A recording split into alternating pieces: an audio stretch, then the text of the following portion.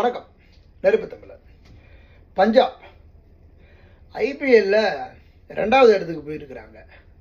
உண்மையிலே இதுவரைக்கும் பஞ்சாப் அணி எனக்கு தெரிஞ்ச வரையில் அவங்க போனதில்லைன்னு தான் நினைக்கிறேன். இதுவரைக்கும் பஞ்சாப் அணி குவாலிஃபைட் ரவுண்டுக்கு போனதே இல்லை. முதல்ல வெளியில் போகக்கூடிய அணியாக இருந்த பஞ்சாப் இன்றைக்கு ஸ்ரேயஸ் ஐயரினுடைய அபாரமான திறமையால் இந்த அணி உண்மையிலேயே முதல் முறையாக தகுதி சுற்றுக்கு உள்ளே போய் குவாலிஃபைட் ரவுண்டில் 2வது இடத்தை பிடிச்சிருக்கு. அற்புதமான ஒரு அபாரமான ஒரு ஆட்டத்தை வெளிப்படுத்தினாங்க. கடைசியில் நாங்கள் உள்ளே வருவோம் இல்லை வராமல் இருப்போம் அப்படின்னு சொல்லி தொடர்ந்து 8 ஆட்டங்களை வெற்றி பெற்று மும்பை இந்தியன்ஸ் உள்ளே வந்திருந்தாலும் மும்பை இந்தியன்ஸில் எல்லா ஸ்டார் பிளேயரும் அங்கே தாங்க இருக்கிறாங்க. ஆனாலும் இங்கே ஸ்டாரும் கிடையாது, ஒன்றும் கிடையாதுங்க. அதாவது வேணும்னா அந்த ஸ்டார் நட்சத்திரம் இருக்கான்னு பார்த்துக்கலாம். அப்படிப்பட்ட ஒரு அணி. இந்த அணியில் கிட்டத்தட்ட 6 பேருக்கு இருக்கிறாங்களா இல்லையானே தெரியாத பேரில் இருக்கக்கூடியவங்களை வச்சுக்கிட்டு ஸ்ரேயஸ் ஐயர் அப்படின்னு ஒரே ஒரு ஆள் இருக்கிற ஆள் மட்டும்தாங்க தெரியும். மற்ற பவுலர் யார், பேட்ஸ்மேன் யாருன்னு யாருக்குமே தெரியாது.